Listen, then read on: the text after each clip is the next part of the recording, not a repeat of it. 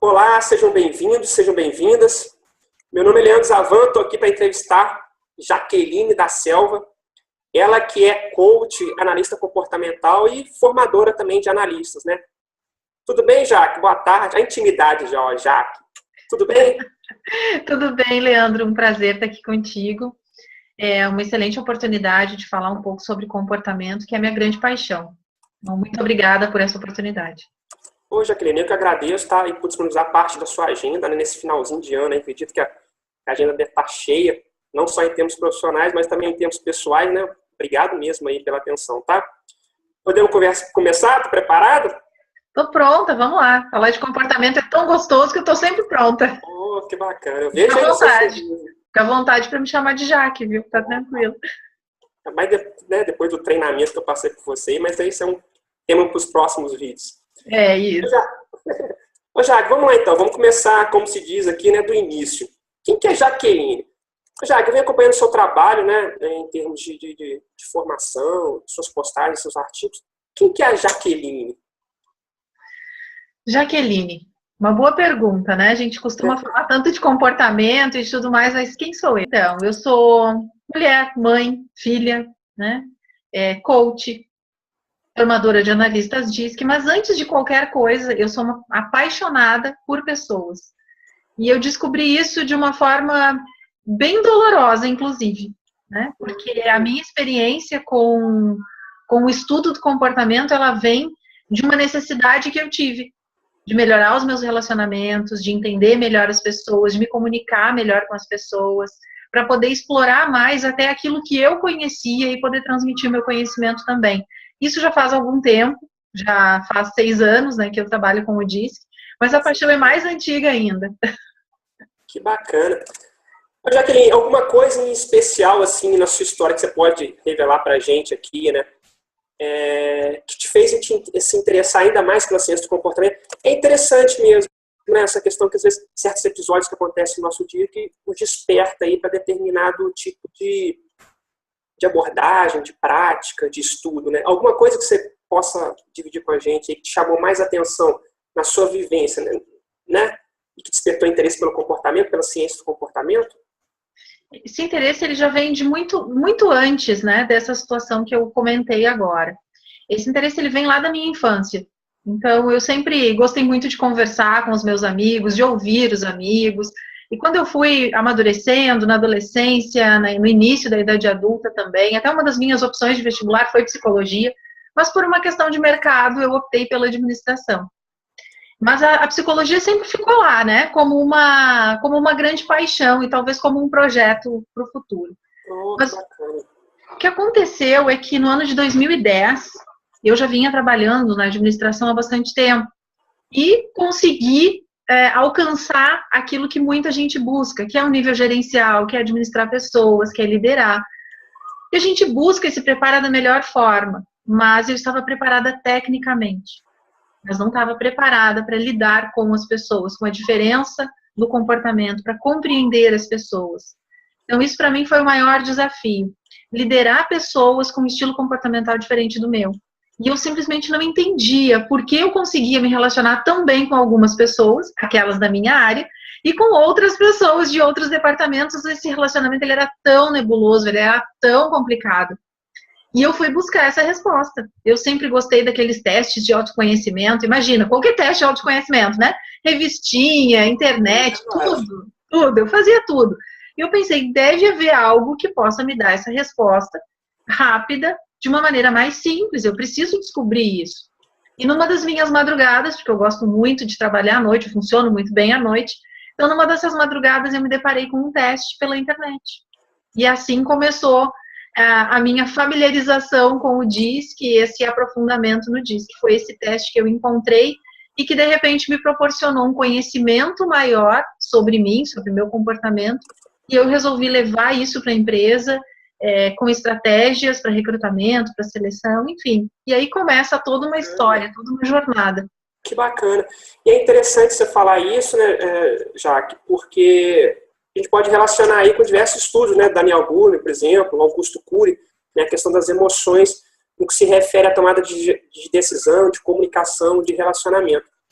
E outro aspecto também que me chamou a atenção desde já é essa questão de buscar algo mais palpável, né? Porque uma coisa é você fazer um teste, né, de Facebook, por exemplo, que tem muito comum, que é até divertido.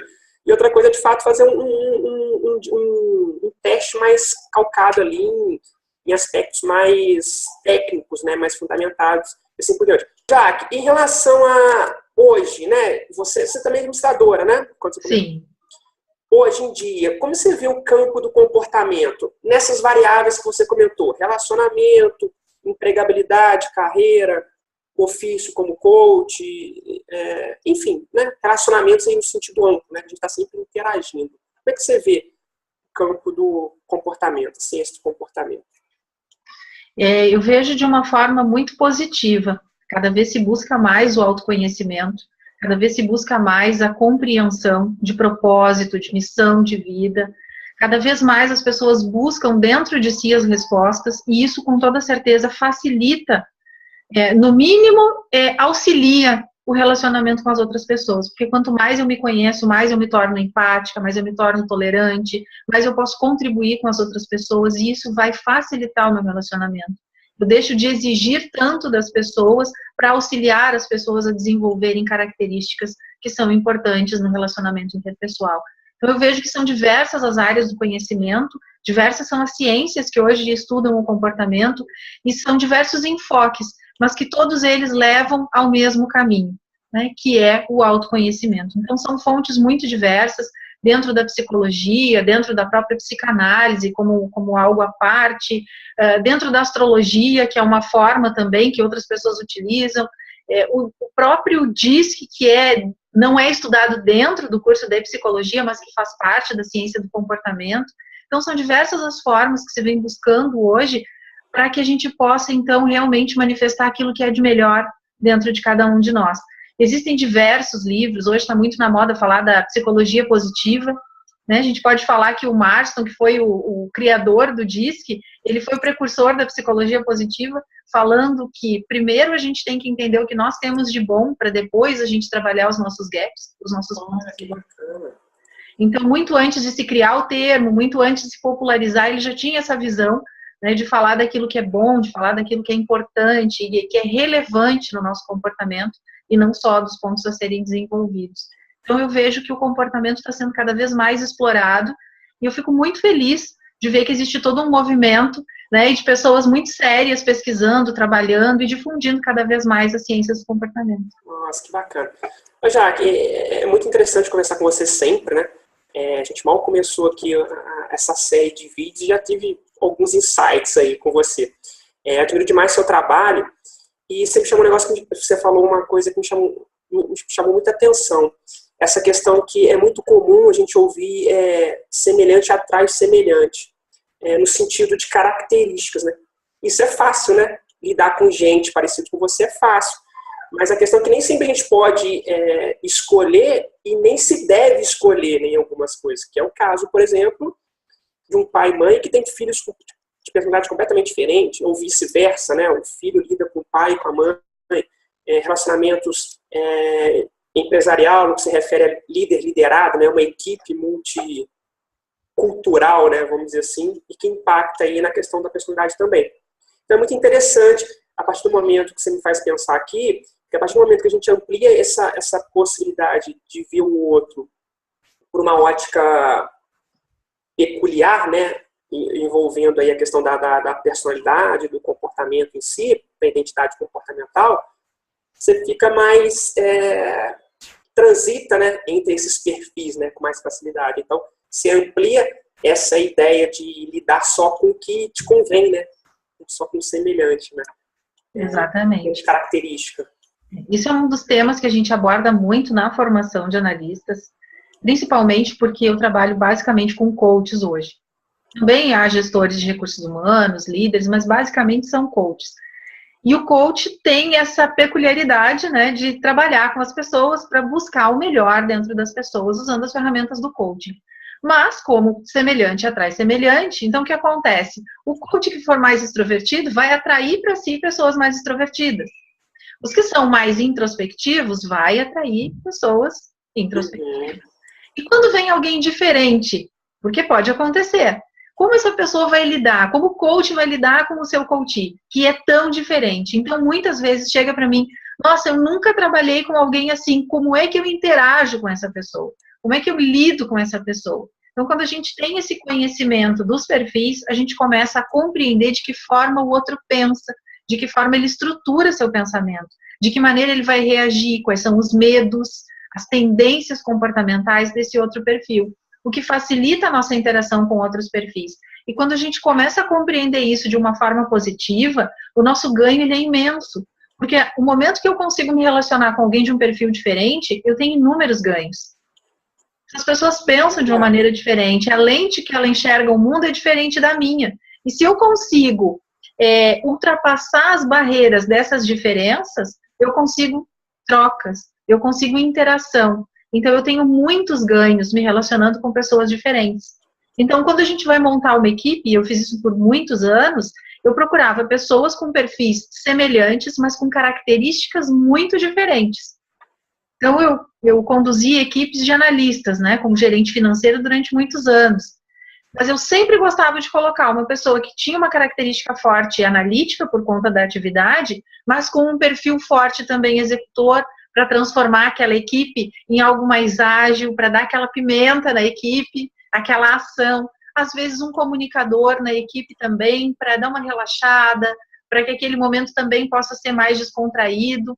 Claro que todas as pessoas, elas devem ser também treinadas a lidarem com esses diversos perfis. Então, um líder que consegue ter uma equipe multicomportamento, pensando dessa maneira, né, tendo representantes de diversos perfis, é possível, então, que esse líder tenha um resultado muito melhor do que alguém que procura sempre perfis iguais. E, geralmente, o líder vai buscar perfis iguais ao seu, porque ele vai saber lidar melhor com aquelas pessoas. Isso eu te falo porque é um erro que eu também cometi. Então, é muito fácil falar disso. Mas é muito mais interessante quando a gente consegue se libertar disso e lidar com pessoas diferentes. Assim, a gente tem uma riqueza muito maior de troca nas equipes. Nossa, faz muito sentido. É muito interessante. Me fez lembrar até aquele Jack Welch, né, do ex-CEO da ex-presidente, né, da General Electric, GE.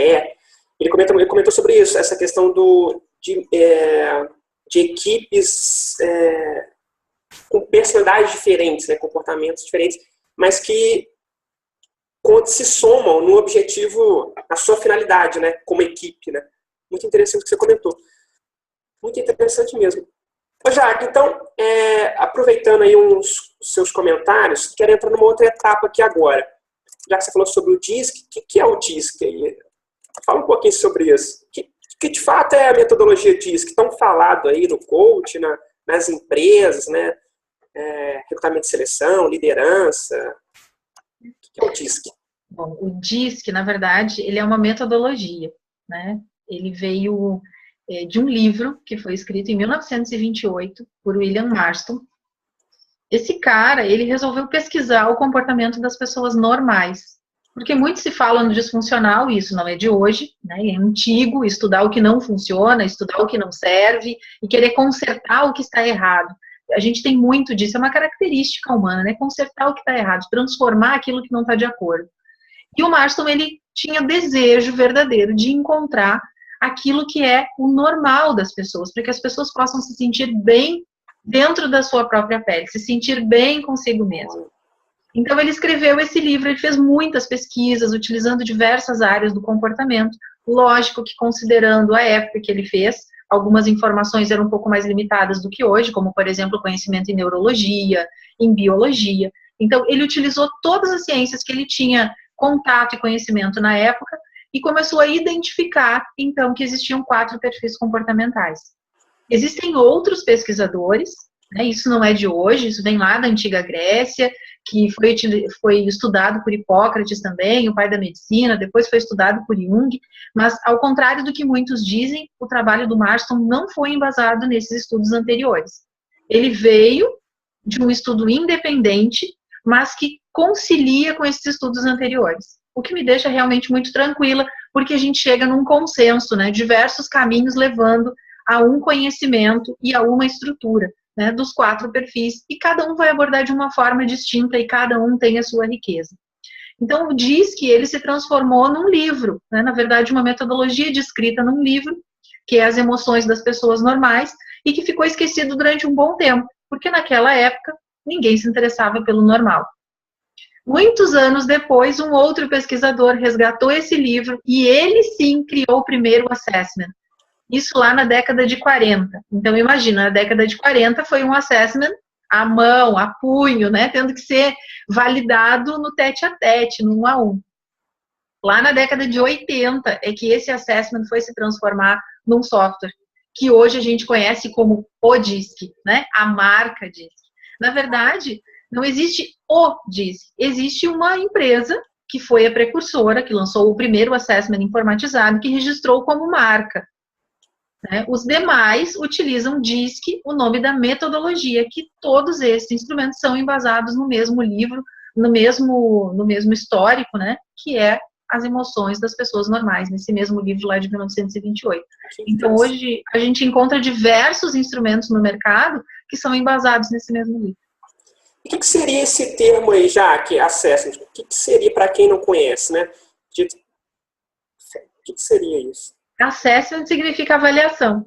Avaliação. Avaliação. Tem muita gente aí nos assistindo, além de coach, né? Seu trabalho é vasto aí. Isso. Jaque, interessante. Interessante.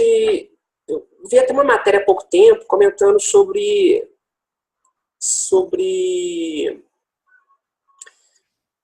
o olhar do comportamento, ou da psicologia, ou de outras ciências, para o disfuncional, né, igual você comentou aí, das pessoas não normais, vamos dizer assim, no conceito que o autor traz, né, tem várias discussões sobre isso.